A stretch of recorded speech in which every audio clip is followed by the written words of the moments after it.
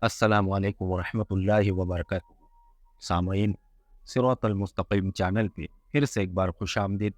امید ہے کہ آپ سب خیریت سے ہوں گے۔ آپ سے گزارش ہے کہ اگر آپ اس چینل پہ نئے ہیں تو چینل کو سبسکرائب کریں، آڈیو کو لائک کریں، زیادہ سے زیادہ شیئر کریں اور بیل آئیکن پہ کلک کریں تاکہ آپ کو نئے آڈیو کی نوٹیفیکیشن ملتی رہے۔ اللہ آپ کو بہترین بدلہ دے۔ شمشیر بے نیام، حضرت خالد بن ولید رضی اللہ عنہ کی داستان شجاعت، عنایت اللہ التمش۔ بسم اللہ الرحمن الرحیم۔ خالد رضی اللہ عنہ نے دریائے فرات کے ساتھ ساتھ شمال کی طرف پیش قدمی شروع کر دی۔ آگے عراق، فارس کے جیرنگی کی سرحد ختم ہوتی اور رومیوں کی سلطنت شروع ہوتی تھی۔ شام پر رومیوں کا قبضہ تھا۔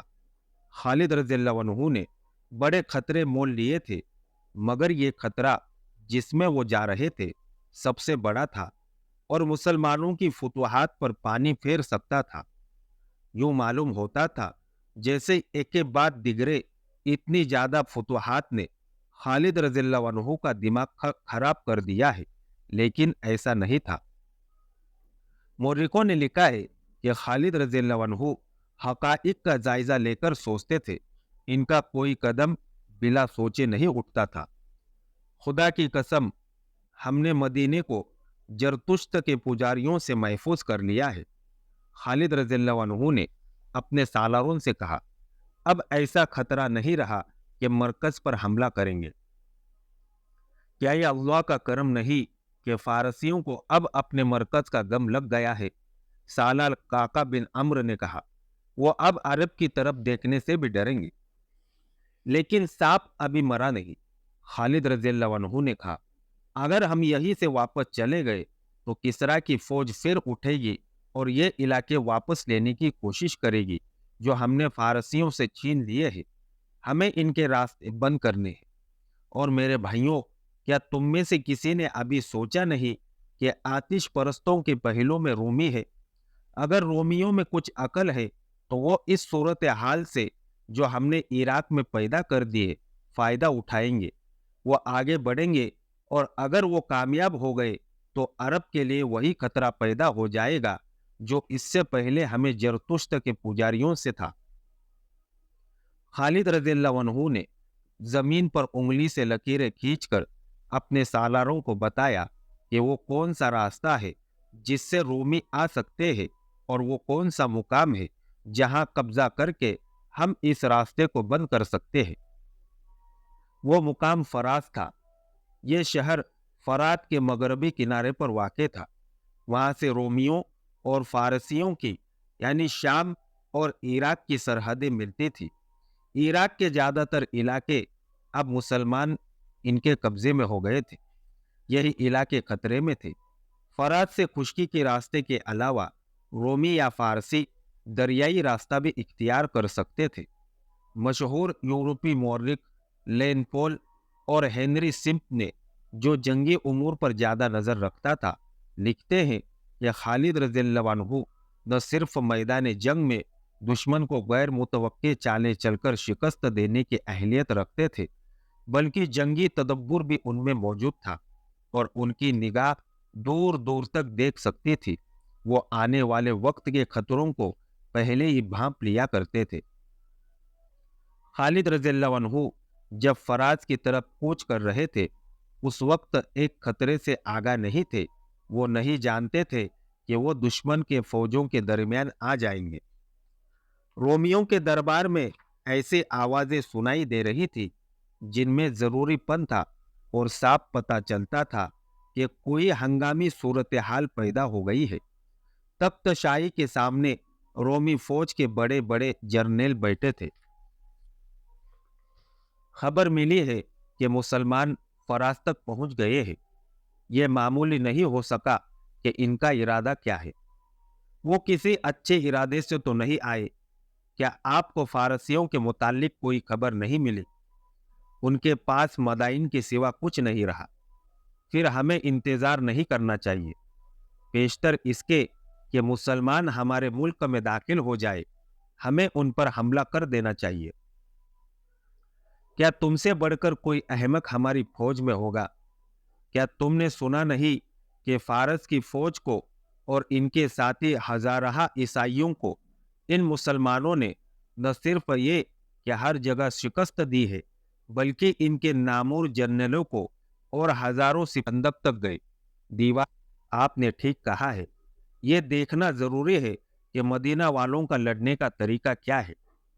بہت ضروری ہے دیکھنا، وہ جو اتنی تھوڑی تعداد میں اتنی زیادہ تعداد کو شکست دے کر ختم کر چکے ہیں، ان کا کوئی خاص طریقہ جنگ ہوگا۔ ہم بھی فارس کی فوج کے خلاف لڑ چکے ہیں۔ یہ صحیح ہے کہ ہم نے فارسیوں کو شکست دی تھی، لیکن ہماری فوج کی نفری ان سے زیادہ تھی۔ اب میرا فیصلہ سن لو، ہم فارسیوں کو ساتھ ملا کر مسلمانوں کے خلاف لڑیں گے۔ فارسیوں کو ساتھ ملا کر؟ کیا ہمیں بھول جانا چاہیے کہ فارسیوں کے ساتھ ہماری دشمنی ہے، ہمارے آپس میں جنگیں ہو چکی ہیں؟ ہاں، ہمیں بھول جانا چاہیے۔ مسلمانوں ان کے اور ہمارے مشترکہ دشمن ہیں۔ ایسے دشمن کو شکست دینے کے لیے اپنے دشمن کو دوست بنا لینا دانش مندی ہوتی ہے۔ ہم فارسیوں کی طرح شکست نہیں کھانا چاہتے۔ اگر فارسی ہمارے ساتھ دوستی کا معاہدہ کر لیتے ہیں تو ان کے ساتھ عیسائی قبیلے بھی آ جائیں گے۔ اس فیصلے کے مطابق رومیوں کا ایلچی دوستی کا پیغام لے کر مدائن گیا تو آتش پرستوں نے بازو پھیلا کر ایلچی کا استقبال کیا۔ تحائف کا تبادلہ ہوا اور ایلچی کے ساتھ ہی معاہدے کی شرطیں طے ہو گئی۔ فارس والوں کو اپنا تخت الٹتا نظر آ رہا تھا۔ رومیوں کے پیغام کو انہوں نے غیبی مدد سمجھا۔ مدائن کے دربار سے ان تمام عیسائی قبیلوں کے سرداروں کو بلاوا بھیجا گیا۔ یہ وہی 3 قبیلے بنی تغلب، نمر اور ایاد تھے جو مسلمانوں سے بہت بری شکست کھا چکے تھے۔ موریکو نے لکھا ہے کہ انہیں جو ہی اطلاع ملی تو وہ فوراً مدائن پہنچے۔ وہ اپنے ہزارہ مقتولین کا انتقام لینا چاہتے تھے اور وہ اسلام کے پھیلاؤ کو بھی روکنا چاہتے تھے۔ ان قبیلوں میں جو لڑنے والے تھے وہ مسلمانوں کے ہاتھوں مارے جا چکے تھے۔ جوان سال آدمی بہت کم رہ گئے تھے۔ اب اکثریت ادھیڑ عمر لوگوں کی تھی۔ خالد رضی اللہ عنہ کا فراز کی طرف کوچ ان کی خود سری کا مظاہرہ تھا۔ امیر المومنین حضرت ابو بکر رضی اللہ عنہ نے انہیں صرف فارس والوں سے لڑنے کی اجازت دی تھی۔ امیر المومنین کو تو یہ بھی توقع نہیں تھی کہ اپنی اتنی کم فوج فارس جیسی طاقتور فوج کو شکست دے گی، لیکن امیر المومنین ایسا خطرہ مول نہیں لینا چاہتے تھے کہ اتنی لڑائیاں لڑ کر رومیوں سے بھی ٹکر لی جائے۔ رومیوں کی فوج فارسیوں کی فوج سے بہتر تھی۔ یہ خالد رضی اللہ عنہ کا اپنا فیصلہ تھا کہ فراز کے مقام پر جا کر رومیوں اور فارسیوں کی ناکہ بندی کر دی جائے۔ خالد رضی اللہ عنہ چین سے بیٹھنے والے سالار نہیں تھے۔ اس کے علاوہ وہ رسول اکرم صلی اللہ علیہ وسلم کے جنگی اصولوں کے قائل تھے، مثلاً یہ کہ دشمن کے سر پر سوار رہو۔ اگر دشمن کی طرف سے حملے کا خطرہ ہے تو اس کے حملے کا انتظار نہ کرو، آگے بڑھو اور حملہ کر دو۔ خالد رضی اللہ عنہ نے اپنے آپ پر جہاد کا جنون طاری کر رکھا تھا۔ جب خالد رضی اللہ عنہ کے جاسوسوں نے انہیں اطلاعی دینے شروع کر دی تو خالد رضی اللہ عنہ کے چہرے پر ایسی سنجیدگی طاری ہو گئی جو پہلے کم ہی کبھی طاری ہوئی تھی۔ انہیں پتا چلا کہ وہ 2 فوجوں کے درمیان آ گئے ہیں، ایک طرف رومی، دوسری طرف فارسی، اور ان کے ساتھ عیسائی قبیلوں کے بھی لوگ تھے۔ خالد رضی اللہ عنہ کے ساتھ نفری پہلے سے کم ہو گئی تھی، کیونکہ جو علاقے انہوں نے فتح کیے تھے وہاں اپنی کچھ نفری کا ہونا لازمی تھا، بغاوت کا بھی خطرہ تھا اور آتش پرست فارسیوں کے جوابی حملے کا بھی۔ خالد رضی اللہ عنہ فراز میں رمضان 12 ہجری کے آخری دسمبر 633 عیسوی کے پہلے ہفتے میں پہنچے تھے۔ مجاہدین روزے سے تھے۔ مسلمانوں کی فوج دریائے فرات کے ایک کنارے پر خیمہ زن تھی، دوسرے کنارے پر بالکل سامنے رومی، ایرانی اور عیسائی پڑاؤ ڈالے ہوئے تھے۔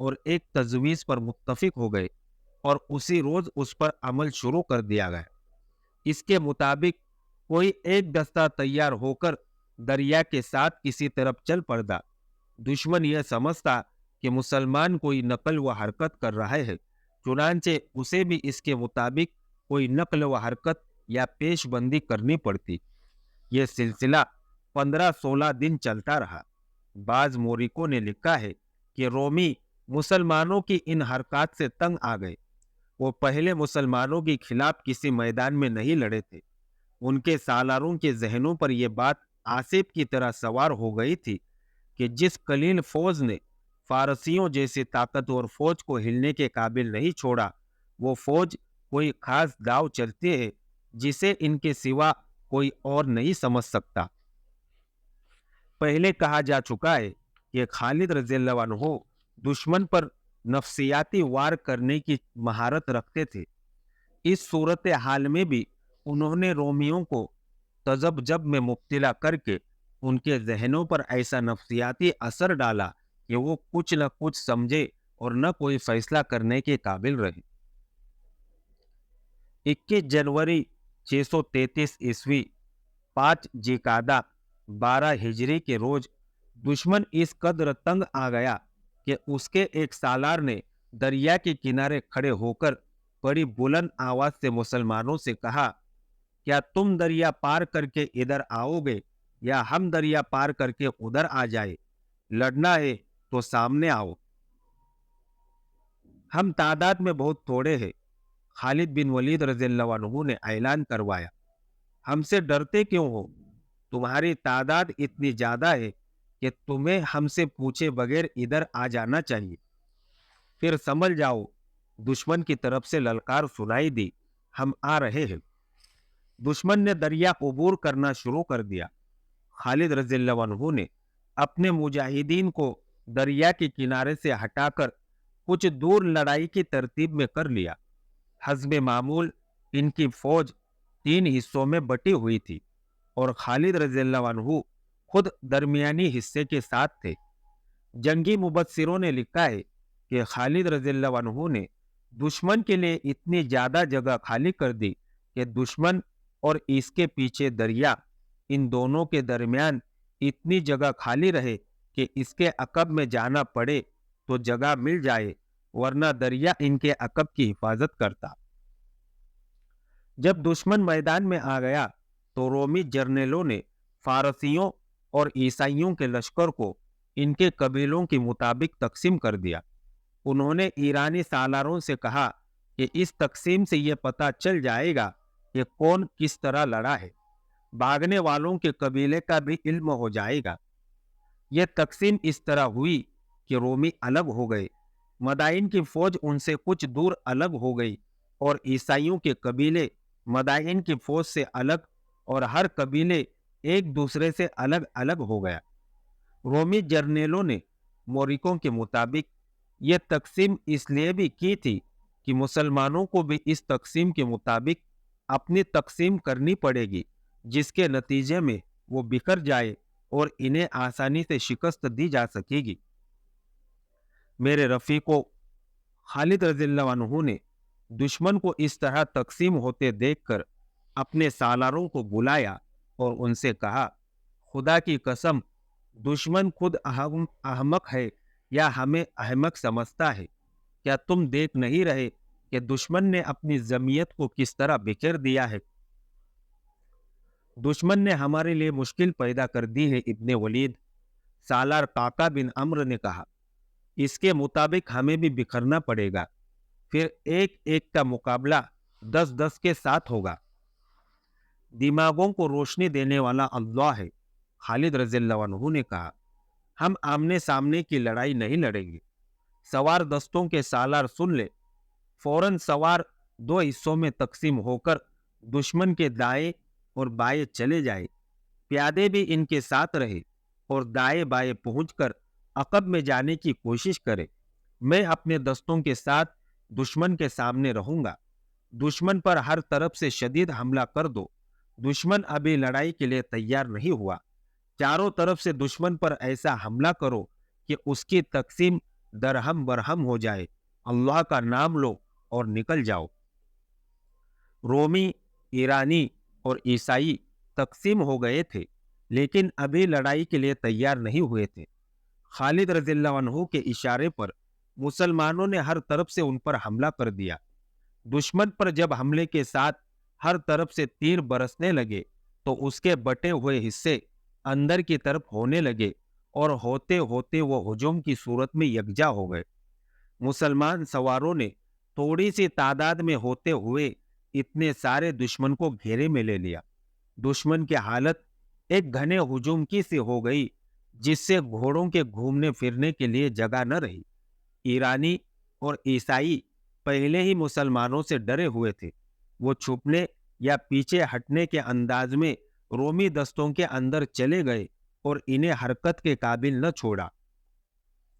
مسلمان سواروں نے دوڑتے گھوڑوں سے دشمن کے اس ہجوم پر تیر برسائے، جن سے دشمن کی اتنی بڑی تعداد اور زیادہ سمٹ گئی۔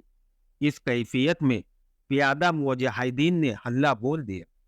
عقب سے حملہ ایک سوار دستے نے کیا۔ خالد رضی اللہ عنہ نے اپنے تمام دستوں کو ایک ہی بار حملے میں نہ جھونک دیا، دستے باری باری حملہ کرتے تھے۔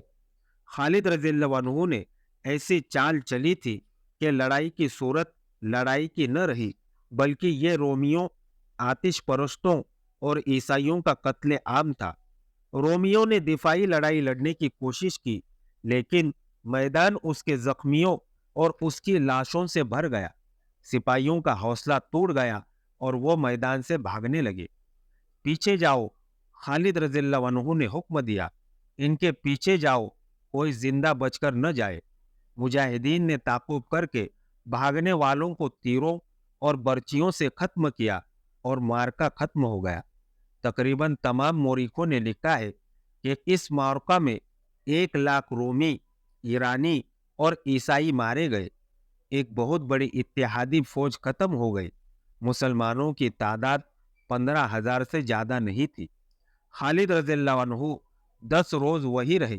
انہوں نے بڑی تیزی سے وہاں کا انتظامی ڈھانچہ مکمل کیا، ایک دستہ وہاں چھوڑا اور 31 جنوری 633 عیسوی 25 ذی قعدہ 12 ہجری کے روز لشکر کو ہیرا کی طرف کوچ کا حکم دیا۔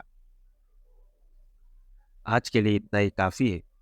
اگلی داستان جاننے کے لیے ہمارے ساتھ جڑے رہیے اور اس آڈیو کو زیادہ سے زیادہ شیئر کرنا نہ بھولیں۔ دعاؤں کی گزارش۔ السلام علیکم ورحمۃ اللہ وبرکاتہ۔